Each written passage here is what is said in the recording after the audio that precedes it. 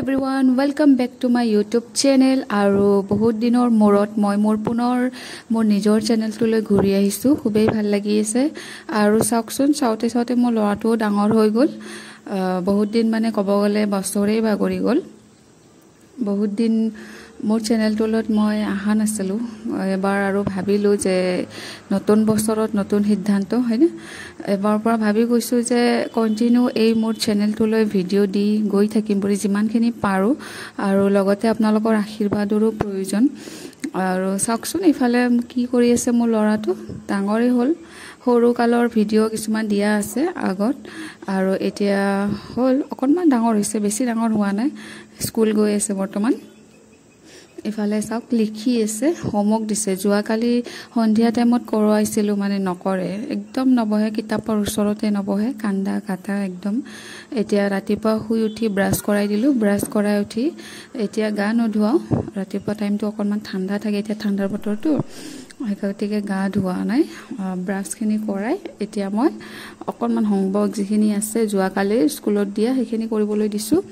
আৰু চাওকচোন ময়ো এতিয়ালৈ গা ধোৱা নাই, কিন্তু গা নোধোৱাকৈ মুখত লগাই লৈছোঁ লিপষ্টিক, কিয় কি আজি মোৰ উঠোতে অকণমান দেৰি হ'ল। দেৰি হোৱাৰ কাৰণে এতিয়া ডাইৰেক্ট মানে মই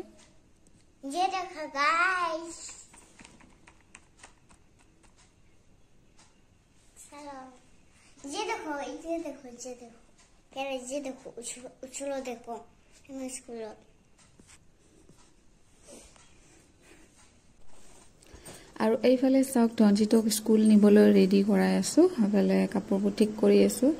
আৰু চাওক সৰু বাচ্ছা থকা ৰুমবোৰতো এনেকুৱাই আৰু অত বস্তু তত বস্তু চিজিল কৰিও তত নোহোৱা হয়। মানে কাপোৰবোৰ মানে কিছুমান চেয়াৰত থকাবোৰ মানে ৰাতি আমি আঁঠুৱাৰ ওপৰত এনেকৈ দি দিওঁ, বিচনা চাদৰ ডাঙৰ ডাঙৰ যিবোৰ কাপোৰ, কিয় কি ৰাতি অকণমান সুৰসুৰীয়া ভাৱ এটা আহে বতাহৰ।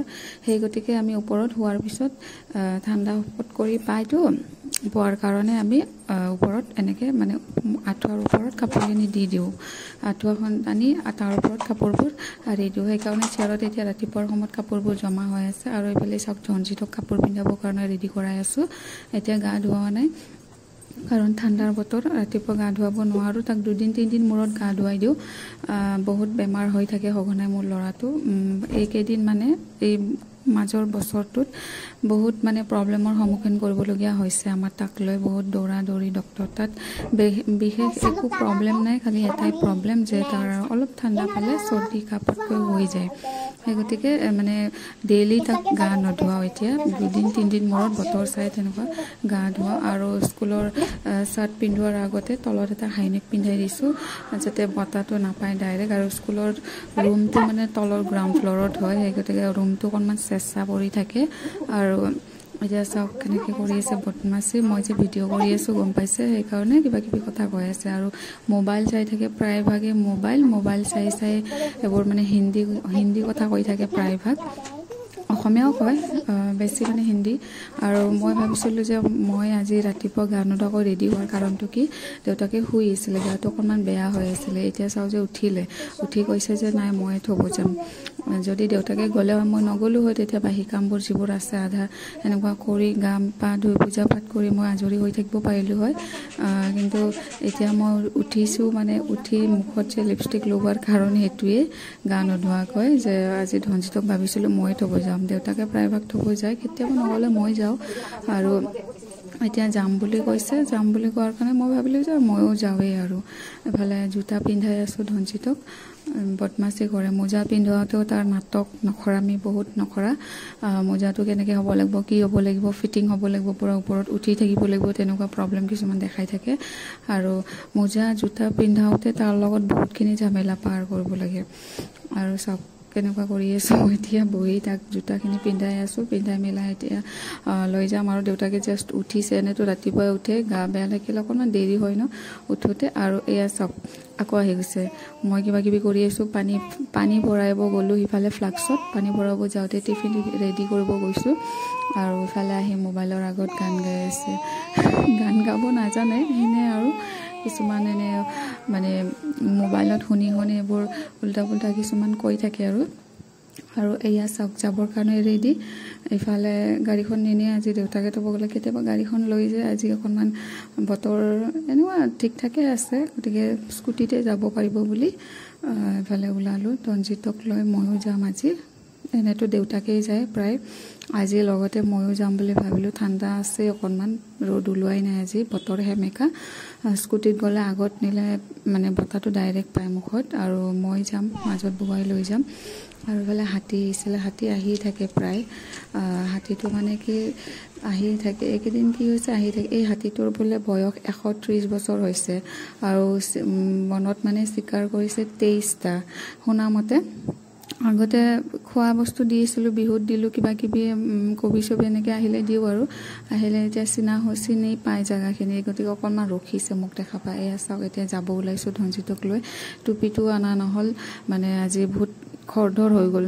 লৰালৰিকৈ ওলালোঁ এতিয়া যাব ওলাইছোঁ ধনজিতৰ স্কুললৈ চাই থাকক আপোনালোকে ভিডিঅ'টো আৰু এটা কথা ইয়াতে এইটোৱে ক'ব বিচাৰোঁ যে জীৱনটোত মানে মানুহ ব্যস্ত হৈ থাকিব লাগে ব্যস্ত নহ'লে মানে আমাৰ মাইণ্ডবোৰত কিছুমান নানানটা চিন্তা ভাৱনাই আগুৰি ধৰে তাৰ ফলত আমি ডিপ্ৰেশ্যন ভুগিবলগীয়া হয় আৰু কিছুমান মানুহ তেনেকুৱা থাকে মানে জানি বুজি জ্বলোৱা জানি বুজি কথা শুনোৱা সেইবোৰৰ পৰা মই আঁতৰি মই মোৰ নিজৰ এটা লাইফ ষ্টাৰ্ট কৰিম বুলি ভাবিছোঁ সেইকাৰণে বহুতখিনি ভাবি চিন্তি এতিয়া মই মোৰ চেনেলটোত পুনৰবাৰ ঘূৰি আহিছোঁ আৰু সেইবোৰ বাৰু বহুত কথা কিছুমান কথা ছ'চিয়েল মিডিয়াৰ আগত ক'ব পাৰি কিছুমান কথা ক'ব নোৱাৰি গতিকে মই সেইবোৰ বাদ দিছোঁ কোনে কি কয় নকয় মই সেইবোৰত কাণ দিয়াত নাই যোনে যি কয় কৈ থাকক মই মোৰ নিজৰ লাইফটো কেনেকৈ মানে ব্যস্ত কৰাই ৰাখিব পাৰোঁ কেনেকৈ ল'ৰাটোক ডাঙৰ কৰিব পাৰোঁ ভালদৰে তাকে লৈ মই এতিয়া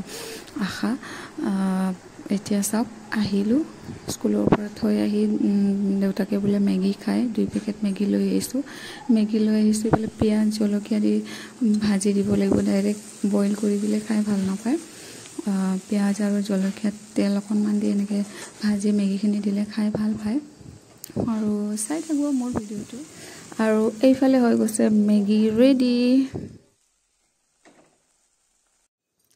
এইফালে হৈ গৈছে মেগী ৰেডি দেউতাকৰ কাৰণে মেগী বনাই দিলোঁ এইফালে মই গা পা ধুই এতিয়া আজি যিহেতু মঙলবাৰে মই পাৰিলে মানে হনুমান চালিচাখন পঢ়িব চেষ্টা কৰোঁ আৰু নহ'লে যদি পঢ়িব নোৱাৰোঁ কেতিয়াবা মানে মোবাইলতে এনেকৈ শুনো 2বাৰ বা 3বাৰ তেনেকৈ শুনো তাৰপিছত এইফালে মই গা পা ধুই যিবোৰ কাম আছিলে ৰাতিপুৱা উঠিয়ে মই বাচন ধুই ধনজিতৰ কাৰণে অকণমান ভাত আছিলে ভাতখিনি মানে পিঁয়াজ মটৰ আলু সেনেকৈ দি পোলাও বনাই দিছিলোঁ পোলাও বনাই দি মই খুৱাই দিছিলোঁ ৰাতিপুৱাই আৰু লগতে অকণমান টিফিনতো দি পঠাইছিলোঁ তাক এনে মই প্ৰায় আমাৰ মানে ৰাতিপুৱা গা পা নোধোৱাকৈ ভাত নাৰান্ধো কেতিয়াবা এনেকুৱা হয় উঠাত দেৰি হ'লে গা চা বেয়া লাগি থাকিলে উঠিব অলপ দেৰি হ'লে তাৰ কাৰণে যদি স্কুলত কেতিয়াবা বনাই দিওঁ টিফিনখিনি তাৰপিছত মই আহি বা ঘৰত থাকি দেউতাকে যিহেতু থ'ব যায় প্ৰায়ভাগ থ'ব গ'লে মই মোৰ মানে যিখিনি কৰিবলগীয়া কাম গা পা ধুই মই ভাত ৰান্ধো আৰু এতিয়া আহি গা পা ধুই মই ইফালে কি বনাইছোঁ চাওকচোন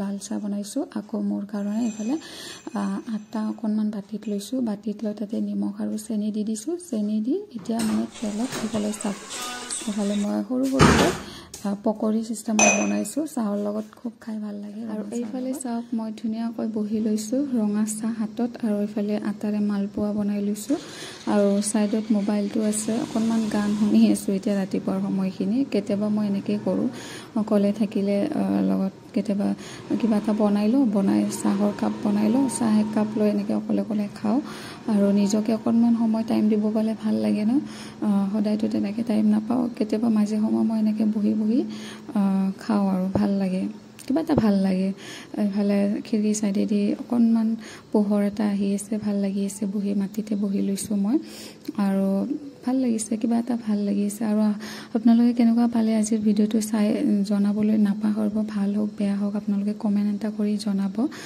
আৰু যিখিনি পাৰোঁ মই মানে নতুন বছৰটোত সিদ্ধান্ত লৈছোঁ ভিডিঅ' কৰি যাম বুলি আৰু আপোনালোকে জনাব ভাল হ'লেও ক'ব বেয়া হ'লেও ক'ব তেতিয়াহে মই গম পাম যে কি মোৰ ভুল হৈছে কি শুদ্ধ হৈছে আপোনালোকে কমেণ্ট কৰি নিশ্চয় জনাব